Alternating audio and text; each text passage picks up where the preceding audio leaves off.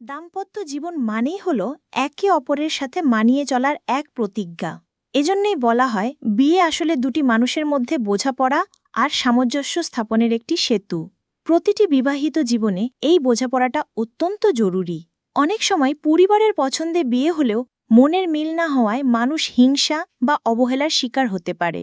তাই বিয়ের আগেই নিজেদের ভবিষ্যৎ, আর্থিক অবস্থা, মানসিকতা এবং পারিবারিক বিষয়গুলো নিয়ে খোলাখুলি আলোচনা করে নেওয়া উচিত। আমার নাম প্রিয়া। আর 5টা মেয়ের মতোই ছোট থেকে একটা সুন্দর সংসারের স্বপ্ন দেখতাম আমি।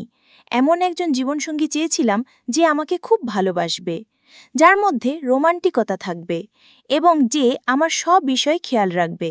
সেই স্বপ্ন নিয়েই আমার বিয়ে হয়েছিল রোহনের সাথে। বিয়ের পর প্রথম সবকিছু স্বপ্নের মতোই ছিল। বাসর রাতে রোহনের ভালোবাসার আদর পেয়ে মনে হয়েছিল আমি আমার স্বপ্নের রাজকুমারকে পেয়ে গেছি। কিন্তু সেই সুখ বেশিদিন স্থায়ী হলো না। বিয়ের মাত্র 1 সপ্তাহ পর থেকেই আমি বুঝতে পারলাম আমি যা চেয়েছিলাম তা হয়ে পাইনি। আমার স্বামী রোহন সারা দিন বইয়ের পাতায় ডুবে থাকত। তার জীবনের একমাত্র লক্ষ্য ছিল আইএএস অফিসার হওয়া। এই স্বপ্নের পেছনে সে গত 5 বছর ধরে ছুটছিল, কিন্তু কিছুতেই সফল হতে পারছিল না। হাল ছাড়ার পাত্র সে ছিল না। তার বিশ্বাস ছিল একদিন সে সফল হবেই। সারাদিন সে অনলাইনে ক্লাস করত আর পড়াশোনা নিয়েই ব্যস্ত থাকত।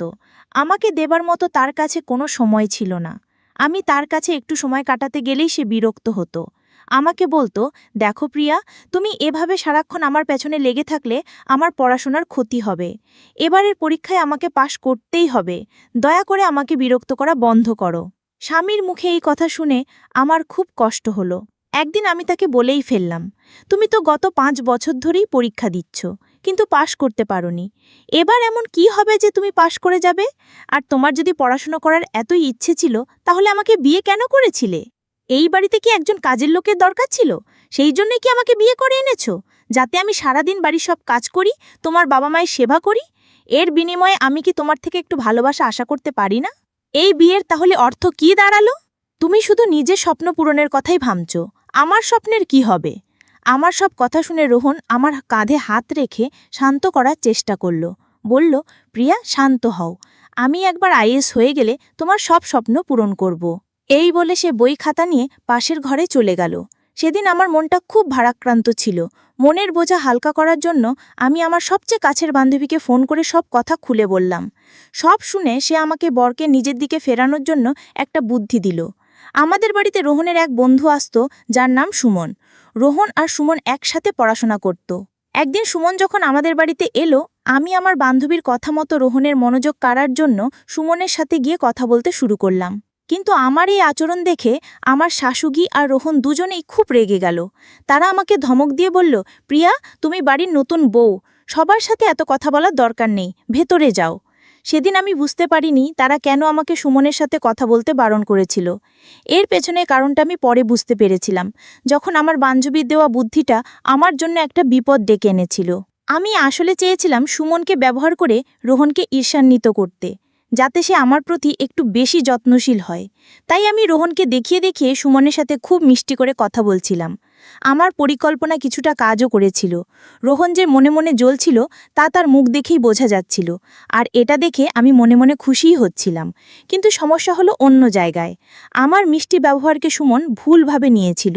সে ভেবেছিল আমিও তার প্রতি আগ্রহী।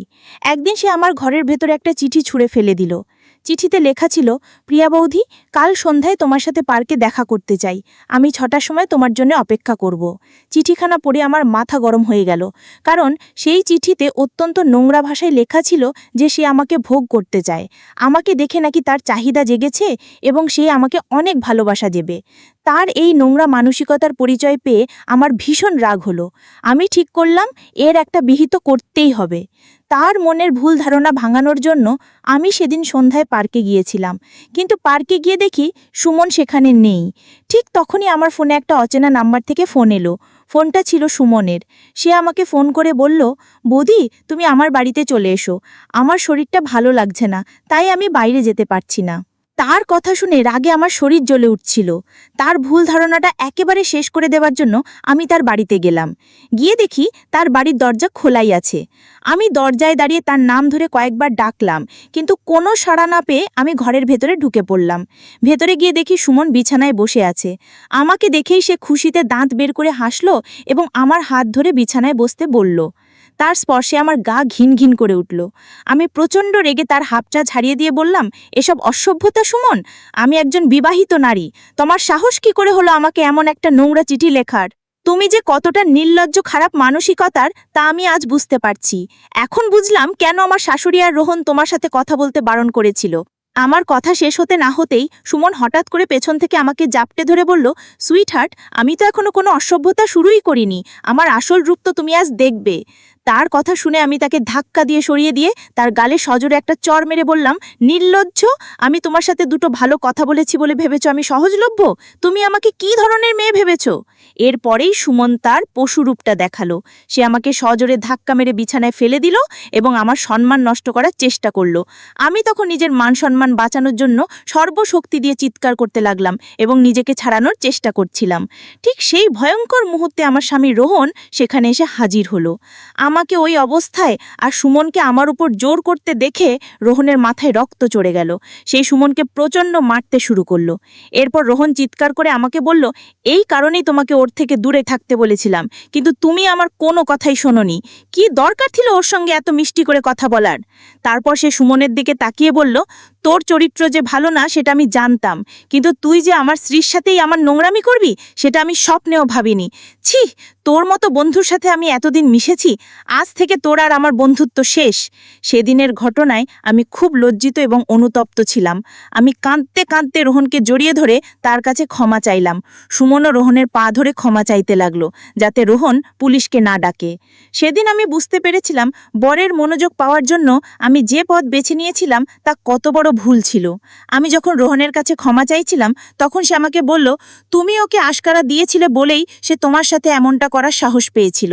তবে রোহন আমাকে আরও বলল, প্রিয়া, আমি তোমাকে অনেক ভালোবাসি। আমার মনোযোগ পাওয়ার জন্য তোমার অন্য কিছু করার কোনো দরকার নেই। আমি একবার পরীক্ষায় পাশ করিনি, তারপর তোমার সব স্বপ্ন আমি পূরণ করব। শুধু আমাকে কিছুটা সময় দাও আর আমাকে একটু বোঝার চেষ্টা করো। সেদিন আমি আমার ভুল বুঝতে পেরেছিলাম আর রোহনকে কথা দিয়েছিলাম যে আমি তার পাশে থাকব। এরপর থেকে আমি রোহনের পড়াশোনায় যতটা সম্ভব সাহায্য করতাম। আমাদের বিয়ের 1 বছর পূর্ণ হয়েছে।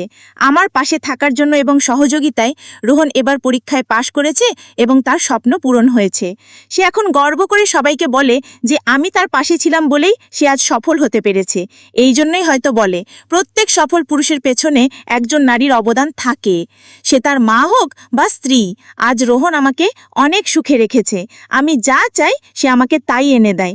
আমি সেদিন ধৈর্য ধরেছিলাম বলেই আজ আমাদের জীবনটা এত সুন্দর হয়েছে। বন্ধুরা, আজকের গল্পটি এখানেই শেষ করছি। গল্পে কোনো ভুল ত্রুটি থাকলে ক্ষমা করে দেবেন।